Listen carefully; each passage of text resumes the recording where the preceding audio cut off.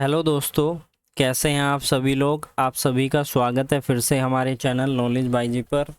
मैं हूं आपका दोस्त समित कुमार, लेकर आया हूं आपके लिए एक और नया इन्फॉर्मेटिव वीडियो लॉ से संबंधित। आज हम इस वीडियो में सीआरपीसी के कुछ इम्पोर्टेंट एमसीक्यू के साथ साथ कंसेप्ट को भी डिटेल में क्लियर करने वाले हैं। वीडियो स्टार्ट करने से पहले मैं ये कहना चाहता हूँ, अगर आपने अभी तक हमारे चैनल को सब्सक्राइब नहीं किया है तो चैनल को सब्सक्राइब कर दीजिए ताकि इसी तरह की इन्फॉर्मेटिव वीडियो की नोटिफिकेशन आप सभी के पास आती रहे। तो स्टार्ट करते हैं। सबसे पहला हमारा इम्पोर्टेंट क्वेश्चन क्या है कि सीआरपीसी के प्रोविज़न के अनुसार अगर फर्स्ट क्लास के मजिस्ट्रेट के द्वारा कोई सेंटेंस पास किया जाता है और वो सेंटेंस पास किया जाता है फाइन का, और वो फाइन जो है इन सभी में से कितने से ज़्यादा नहीं होगा जब वो पर्सन जिसके अगेंस्ट ऐसा सेंटेंस पास किया गया है वो आगे अपील फाइल नहीं कर सकता है।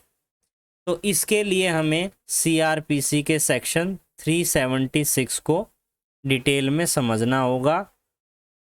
जब आप इस सेक्शन को समझेंगे या आप ऑलरेडी इस सेक्शन को पढ़ चुके हैं तो आपको इसका आंसर ज़रूर आता होगा। तो इसका आंसर क्या है मैं आपको बता देता हूं, यानी कि 100 रुपये से ज़्यादा। अगर 100 रुपये से ज़्यादा मजिस्ट्रेट जो है फर्स्ट क्लास के वो फाइन इम्पोज करते हैं और वो 100 रुपये से ज़्यादा नहीं है तो ऐसे में कोई भी अपील जो है फाइल नहीं की जा सकती है। अब हम समझते हैं इस सेक्शन के बारे में, यह सेक्शन क्या कहता है, इस पर और कौन कौन से आपके एमसीक्यू बन सकते हैं ताकि आप इसको अच्छे से समझ सकें। बात करें सेक्शन 376 की, जो बात करता है कि पेटी केसेस में अपील फाइल नहीं हो सकती है। यानी कि पेटी केसेस यानी कि तुच्छ केसेस, यानी कि उनकी नज़र में जो पनिशमेंट दी गई है वो उस ऑफेंस के लिए पर्याप्त है, आप इसमें अपील फाइल करने का आपके पास यहाँ पर राइट नहीं होता है उनकी नज़र में। तो क्या कहता है ये सेक्शन कहता है सॉरी, भले ही कोई भी चीज़ कंटेन की गई हो सीआरपीसी के सेक्शन 374 में, जो बात करता है कन्विक्शन के अगेंस्ट अपील के बारे में, कोई भी अपील फाइल नहीं की जाएगी किसी भी पर्सन को जो कन्विक्टेड है इन सभी केसेस के अंदर। अगर हाई कोर्ट कोई कन्विक्शन पास करती है और वो कन्विक्शन 6 महीने से ज़्यादा नहीं है, यानी कि सज़ा दी गई है किसी पर्सन को जिसकी सज़ा 6 महीने से ज़्यादा नहीं है, फाइन दिया गया है, फाइन इम्पोज किया गया है जो फाइन 1000 रुपये से ज़्यादा नहीं है, या ये दोनों चीज़ें लगाई गई है, ऐसे में कोई भी अपील फाइल नहीं की जा सकती हाई कोर्ट के समक्ष दिए गए ऐसे सेंटेंस के अगेंस्ट, ऐसे फाइन के अगेंस्ट। सब बी पॉइंट क्या कहता है इसका कि अगर सेशन कोर्ट के द्वारा कोई भी कन्विक्शन दिया गया है या फाइन इम्पोज किया गया है, मेट्रोपॉलिटन मजिस्ट्रेट के द्वारा सेंटेंस पास किया गया है या फिर फाइन इम्पोज किया गया है, सेंटेंस कितना है यानी कि 3 महीने की सज़ा दी गई है, फाइन कितना है कि 200 रुपये से ज़्यादा नहीं है, या फिर ये दोनों चीज़ें, ऐसे केसेस में आप सेशन कोर्ट और मेट्रोपॉलिटन मजिस्ट्रेट के समक्ष जो है अपील फाइल नहीं कर सकते हैं। सी क्लोज क्या कहता है कि फर्स्ट क्लास के मजिस्ट्रेट के द्वारा जो है सेंटेंस पास किया गया है, सेंटेंस किस चीज़ का है, फाइन का, और वो फाइन कितना से ज़्यादा नहीं है जब आप अपील फाइल नहीं कर सकते हैं, 100 रुपये से ज़्यादा नहीं है। अगर 100 रुपये से ज़्यादा होगा तो आप अपील फाइल कर सकते हैं। डी पॉइंट क्या कहता है कि यहाँ पर आपका समरी ट्रायल चल रहा है, मजिस्ट्रेट साहब एम्पावर्ड हैं किस चीज़ के लिए, सेंटेंस पास करने के लिए, और वो जो भी सेंटेंस पास किया गया है फाइन का वो 200 रुपये से ज़्यादा नहीं है, तो ऐसे में भी आपके पास अपील फाइल करने का राइट नहीं है। अब यहाँ पर इसके प्रोवाइजियो में 376 के प्रोवाइजियो में थोड़ा सा इन्होंने कुछ चीज़ें ऐड कर दी हैं, जिसमें इन्होंने राइट दे दिया है कि आप अपील फाइल कर सकते हैं, लेकिन फिर यहाँ पर फिर उन्होंने नहीं की बात कर दी गई है। क्या कहता है प्रोवाइजियो कि appeal may be brought against such sentence, यानी ऐसे सेंटेंस के अगेंस्ट जो है आप अपील ले सकते हो अगर कोई भी अदर पनिशेबल उसमें कंबाइंड है, यानी कि एक के साथ एक और पनिशमेंट दे दी गई है। एक आपको दे दी गई है फाइन, आप पर लगा दिया गया है 100 रुपये का, एक्स्ट्रा आप पर 200 रुपये का कुछ और किसी के संबंध में ऐड कर दिया गया है। तो ऐसे में यहाँ पर या फिर सज़ा और फाइन दोनों मिक्स करके उस चीज़ को एक्सटेंड करता है, जो हमने यहाँ पर सब सेक्शन 1 के अंदर पढ़ा था। तो ऐसे में आप अपील फाइल कर सकते हैं, लेकिन इन सभी ग्राउंड को फिर से आपको ध्यान में रखना होगा। ये सभी ground first, second, third, in ground को आपको ध्यान में रखना होगा। केवल इन ग्राउंड पर आप फिर अपील फाइल नहीं कर सकते हैं। क्या क्या ग्राउंड है कि पर्सन कन्विक्टेड है किसी ऐसे ऑर्डर से, किस चीज़ का ऑर्डर है, फर्निश करनी है उसे सिक्योरिटी ऑफ पीस, यानी कि हम जब भी किसी मुलजिम को बेल पर छोड़ते हैं तो एक फर्निश बॉन्ड साइन किया जाता है। अगर ऐसा किया जा रहा है तो उस केस में भी यहाँ पर आप अपील फाइल नहीं कर सकते हो।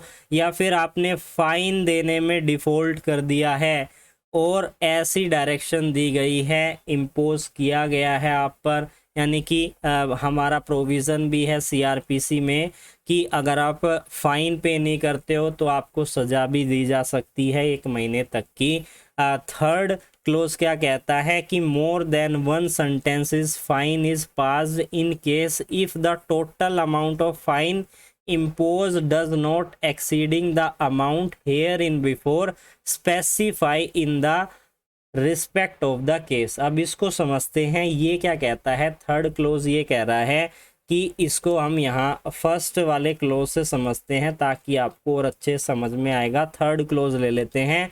इसमें क्या कहा गया है कि फर्स्ट क्लास के मजिस्ट्रेट जिन्होंने कि क्या किया है, फाइन इम्पोज किया है जो 100 रुपये से ज़्यादा नहीं होगा, तब आप अपील फाइल नहीं कर सकते हैं। इसी तरीके से अगर मजिस्ट्रेट साहब के द्वारा एक 50 रुपये का फ़ाइन दिया गया है, एक 70 रुपये का फ़ाइन दिया गया है, दोनों मिलाकर 100 रुपये से ज़्यादा नहीं है, ऐसे केस में भी आप जो है क्या नहीं कर सकते हैं, अपील फाइल नहीं कर सकते हैं। यही बात इस थर्ड क्लोज के अंदर कही गई है जो मैंने आपको अभी समझा दी है। अब हम बात करते हैं हमारे अगले इम्पोर्टेंट एमसीक्यू के बारे में। अगला इम्पोर्टेंट एमसीक्यू क्या है कि हाई कोर्ट के पास किस सेक्शन के अंदर रिवीजन की पावर दी गई है, सीआरपीसी के सेक्शन 401 के अंदर।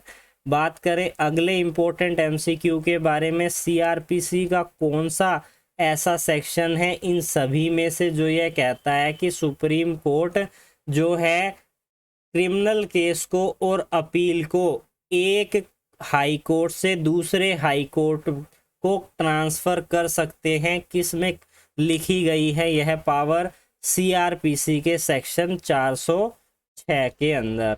बात करें नेक्स्ट इम्पोर्टेंट एमसीक्यू के बारे में कि सुप्रीम कोर्ट के पास पावर है केसेस को ट्रांसफ़र करने की, अपील को ट्रांसफ़र करने की एक हाई कोर्ट से दूसरे हाई कोर्ट में।